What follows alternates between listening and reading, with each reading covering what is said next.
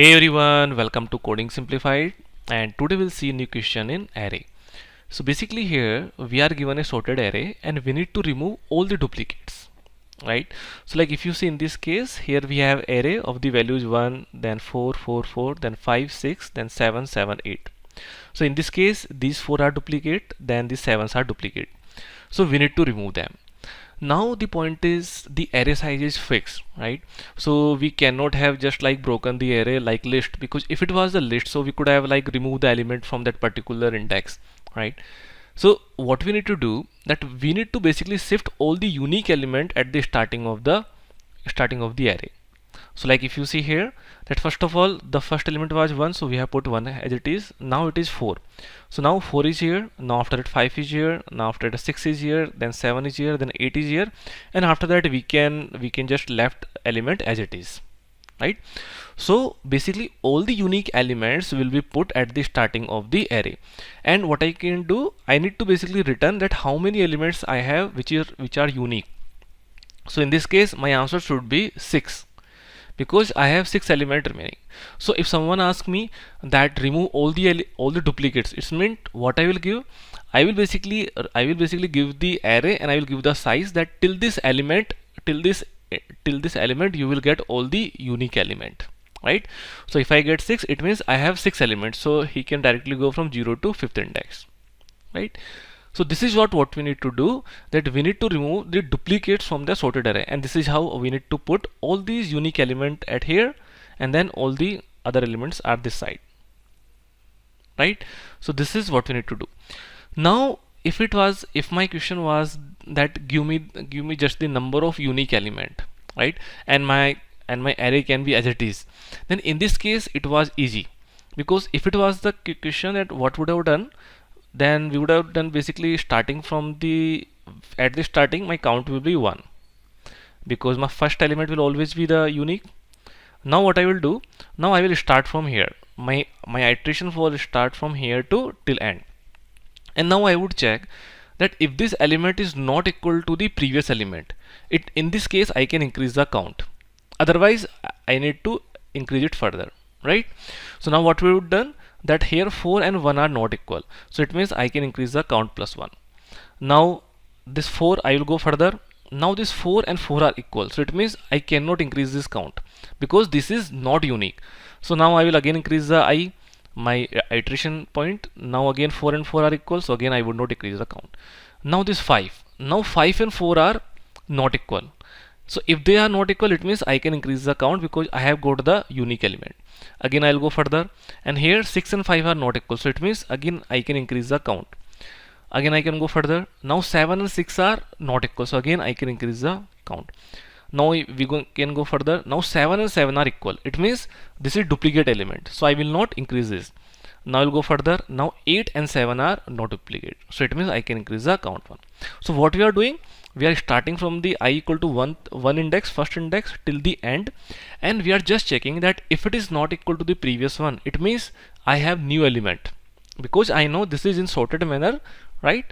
So if it is not equal to previous element, it means I have the new element, so that I am increasing the count. But if it is equal to the previous element, then in this case we don't increase the count, right? So if my question was just simple that give me the count, just give me the count of unique element, so I would give the 6, right? But in this case we are not updating the array, right? My array is still as it is, but if my question is that I need to update the array as well, like this way, so in this case what we need to do, our concept will be same, the same thing we'll do, but just that we need to replace the element as well, right? So for that what I can do, that at the starting I'll take another variable start, and start will be, I will start from my start equal to 1, and then for the another thing that I will start from I equal to 1 that I was doing here, so it will be from I equals to 1 to array dot length, and then it will be I plus plus, right? Now what I need to do, now I need to do that whenever the values are not matching, so I will check if array of I is not equals to array of I minus 1, right? So if it is the case, it means I have the new element. So what I will do, then in this case I will update the value at the start, and then I will increase the start. So now I will do a star plus plus equals to array of I, right? So that's it we need to do, and at the last we can return start. So for this what will happen, my start is at 1, right? So let me write indexes here again, the values 5, 6, 7, 7 and 8, and now my start is basically pointing to the first index, so basically it's pointing to this one, and my I is starting from here, right? So now it is checking that if this 4 and array of I and array of I minus 1, if it is not equal.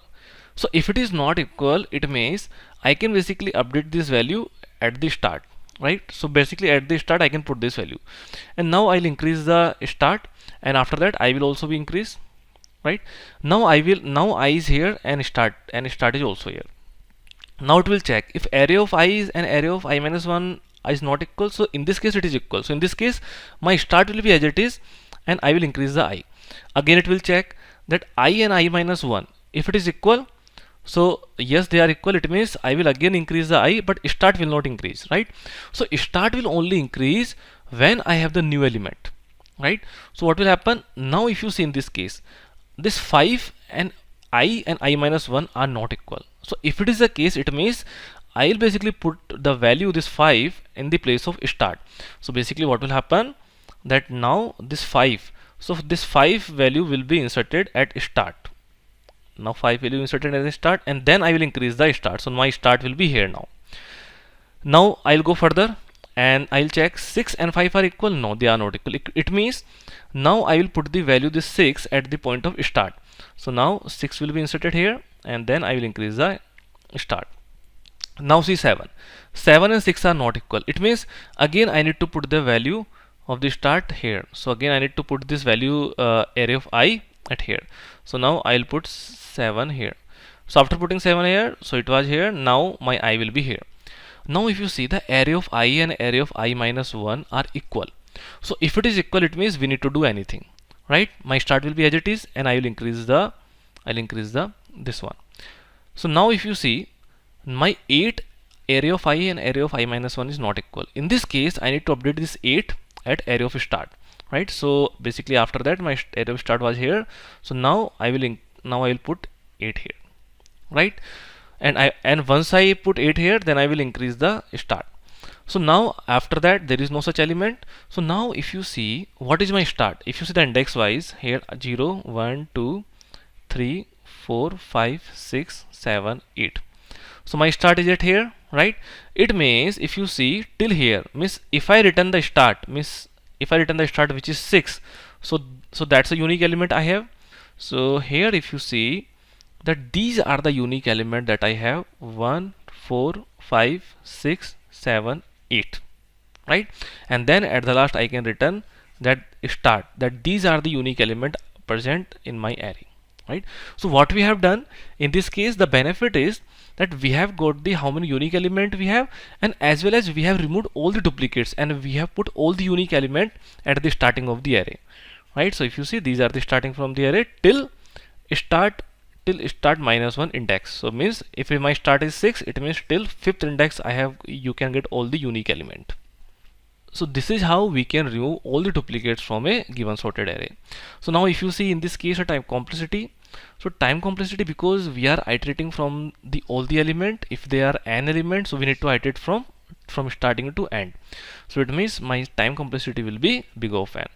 And if I talk about the space complexity, so as such I'm not using any extra space, so my space complexity will be big of 1, right? So now let me show the code as well, so that you can know that we are exactly doing the same thing.